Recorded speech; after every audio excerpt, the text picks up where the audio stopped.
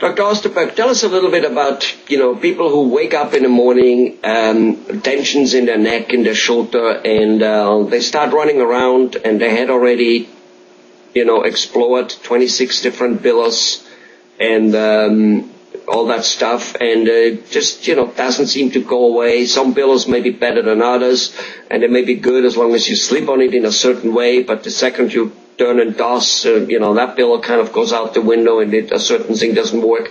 Number one, is it really the pillow or, which causes that, or is there actually an underlying fact? Because somebody has once told me, if you are rightly aligned and everything is correct, you can sleep on a stone,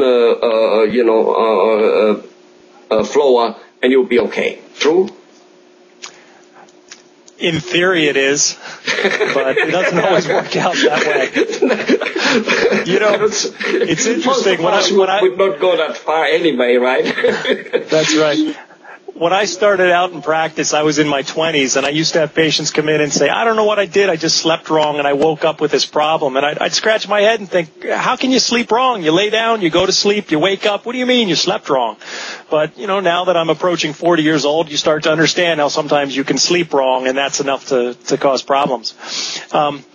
Really, when it comes to pillows, I'm not sure what to tell you. In theory, laying on a contour pillow on your back is the best thing that you can do because it gives support for the neck, it keeps everything in a line, it keeps you nice and even.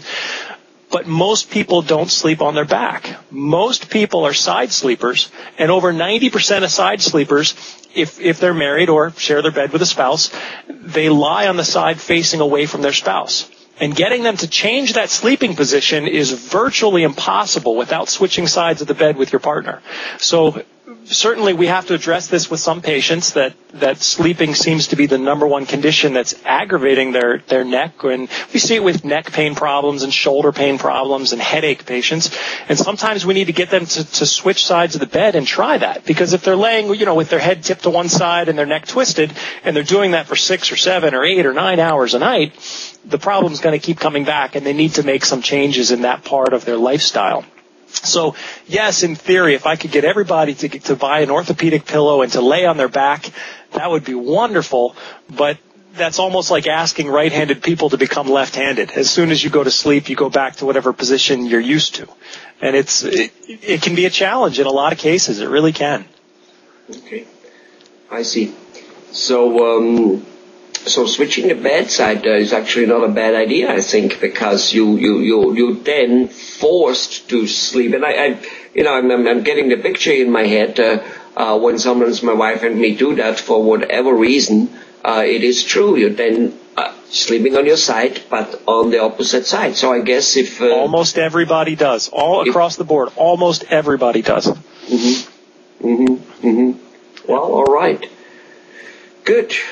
So an orthopedic pillow is a good thing if you manage to sleep on your back. Which is it true that sleeping on your back is period the most healthy sleeping position you could have? It's the most neutral position. You're not putting any bending in the spine. See, when we sleep on our side, it's not that side lying is so bad, but most people who sleep on their side, they tuck their chin down to their chest. And having your head in that bent forward position for long periods isn't necessarily good if you have neck problems. That's my biggest concern with people who sleep on their side. It's not so much laying on the side, it's that they always lay on their side and tuck their chin down. So if they can manage to lay on their side and keep their chin up and keep their head elevated, it's really not that bad. And I would recommend that they try to switch back and forth from right side sleeping to left side sleeping so there's some variety. They just don't fall in the same pattern for long periods of time over and over. Right. Well, the same pattern as you mentioned it before in another video, repetitive work, repetitive thing. Even though after all, we get carpal tunnel symptom from working on the computer, and it doesn't It doesn't look like something which strains us, but a few years later, next thing you know, is some of the muscles are always used, I guess, and that's what happens. Our body can adapt to some amazing things, but it's really not designed to do the same thing over and over for 40 or 50 or 60 hours a week. If you look back, 1,000 years, we were hunters and gatherers and farmers, and we're out moving all the time. We don't stand in one spot and do the same things over again and again. And it's really tough on us. That's a lot of the problems that we see in our office. Mm-hmm. Mm-hmm. I can see that.